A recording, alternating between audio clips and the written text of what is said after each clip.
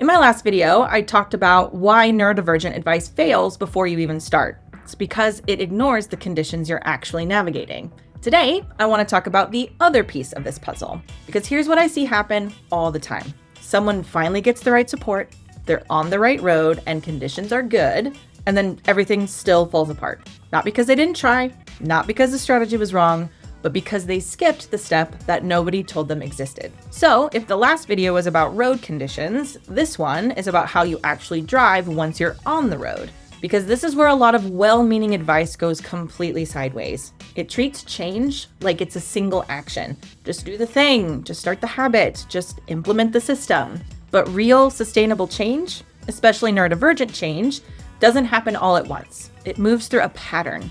Not because we're slow or resistant, but because nervous systems need pacing. You can't just floor it from a complete stop and expect things to hold together. I mean, you can try. I have tried. It does not go well. You can't just floor it from a complete stop and expect things to hold together. So instead of asking what should I do next, I pay way more attention to how change unfolds over time and what sequence actually lets it stick.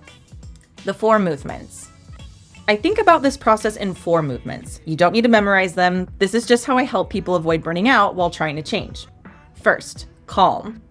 Before anything changes, your system has to settle. In driving terms, this is slowing down when visibility gets bad, pulling over if you need to, or turning down the radio so you can think. If someone is dysregulated, overwhelmed, or running on fumes, trying to fix things just makes it worse. Calm isn't doing nothing though. It's creating enough safety that you can actually see what's happening. Without this step, everything else is just noise.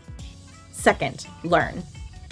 Once things are calmer, you can actually gather information. This isn't about consuming all of the content out there, it's about figuring out what actually applies to you. In driving terms, this is checking the map, noticing the road signs, understanding the terrain you're in. And a lot of people skip this and jump straight into trying things, which is why they end up repeating the same patterns over and over. You can't solve a problem you don't understand yet.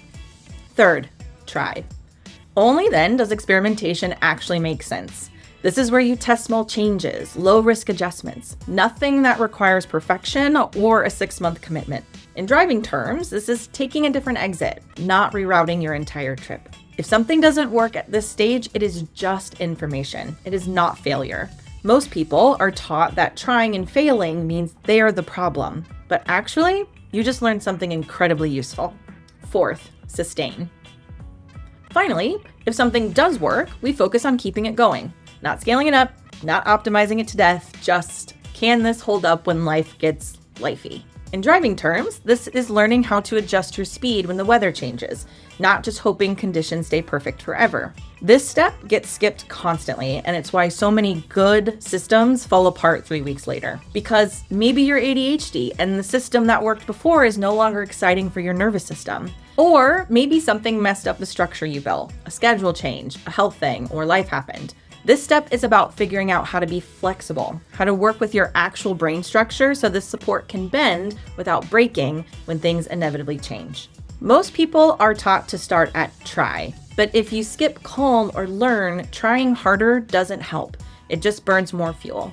And if you never reach sustain, you end up rebuilding from scratch every few months. That cycle is exhausting, and it's not a personal failure. It's a sequencing problem. When I work with someone, I am always tracking 2 things at once. What kind of support they need right now, and what kind of movement their nervous system can actually tolerate. That's how we avoid pushing too fast. It's how change starts to feel a little less fragile. You don't need to be constantly doing more to move forward. Sometimes the most effective thing you can do is slow down on purpose. So if you felt like you're always starting over, or things work for a minute and then completely fall apart, this is probably the piece that's been missing. You don't need more discipline. You don't need better tools. You need pacing that actually fits your nervous system. If you want help figuring out where to slow down or where it's finally safe to speed up, you can work with me. We'll take this one step at a time. There's a link in the description. Because change doesn't fail when you didn't try hard enough. It fails when we ignore the road or push the accelerator when the conditions can't support it. If you have any questions, leave them in the comments. Otherwise, I'll see you in the next video.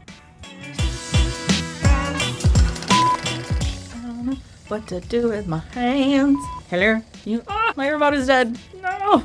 Okay, well, this could be a problem. I wanna do this one again. I'll be done because I need to eat some food. I'm hungry. Puppy, please go lay down. Please go take a nap. You can't get up in that chair. Go lay down. Thank you.